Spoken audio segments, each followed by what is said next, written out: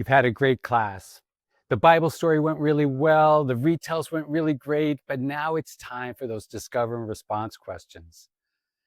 But in the past, you've kind of lost their interest and they kind of get rambunctious. How can we keep it fun and engage the kids in those questions? Well, let's discover one way at least here on Kid Story Quick Tips.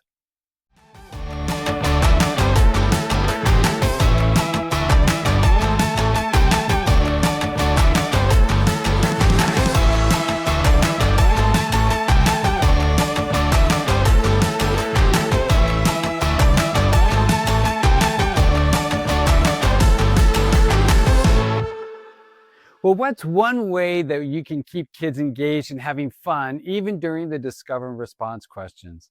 And I know that's kind of like a serious time.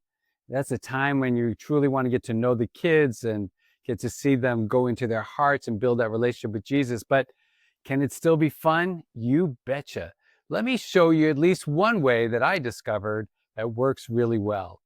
And when I first discovered it, it actually was on this beach ball. That's what we call it here in the US. It's a ball that gets inflated. And it had all these questions on it that related to the story, like where is the story found in the Bible? Name the people in the story.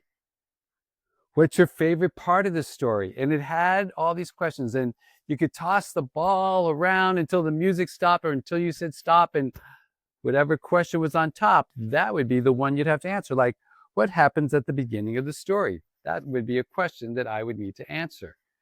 So I saw this and realized, wow, that's a great idea.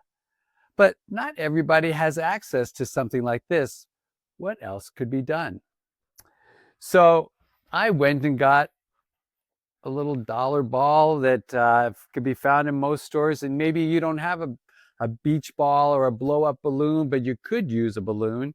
And, you could write the questions out on the different parts of the ball. But you might say, but, I don't have a beach ball. I don't have one that has all those colors on it. That's okay. You could still write the questions on there, or maybe put numbers. Maybe you don't want to write the whole question out, but on each quadrant or each part of the ball, you could just write the number.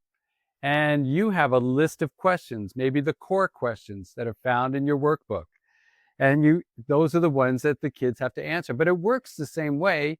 The kids are tossing the ball, they're having fun, and then bam, the music stops or you say stop. And this one says, what's a lesson to be learned from the story? Great question. Let's see if the kids were paying attention. How's it going from their head down to their heart? So a ball, a beach ball, a regular ball, anything that you might have where you live can be used and be doing the same exact thing.